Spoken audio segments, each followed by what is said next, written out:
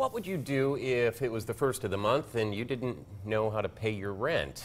Free rent sounds good, but not so good if you have no one to call and something goes wrong.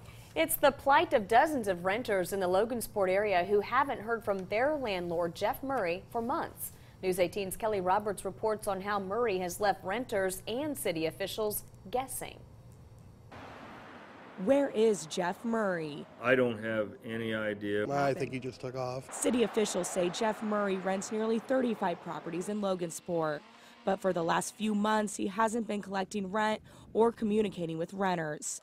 One renter got a text from him in early January. One of the times in January, I texted him and he sent me a message back saying that he'd be here that Sunday to come and pick up the rent. And then I got a text that Sunday that said his vehicle was down and he'd be here the following Monday, and I haven't heard anything from him since. Jeannie Wilson got so fed up with sitting on her rent checks, she plans on leaving and moving to Lafayette.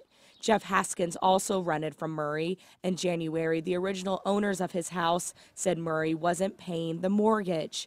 Haskins stopped paying Murray and bought the house from the original owners. You know, the original owners knocked at our door and told us if he showed up, do not pay him. On Thanksgiving night, a building that once was in the lot behind me burned down. That building belonged to Jeff Murray.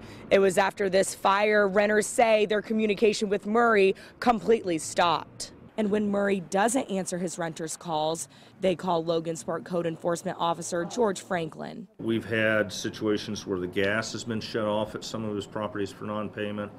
Electricity has been shut off for non-payment. Murray is based in Kokomo. According to Logansport officials, he doesn't have a criminal past, but has been involved in civil cases involving code violations.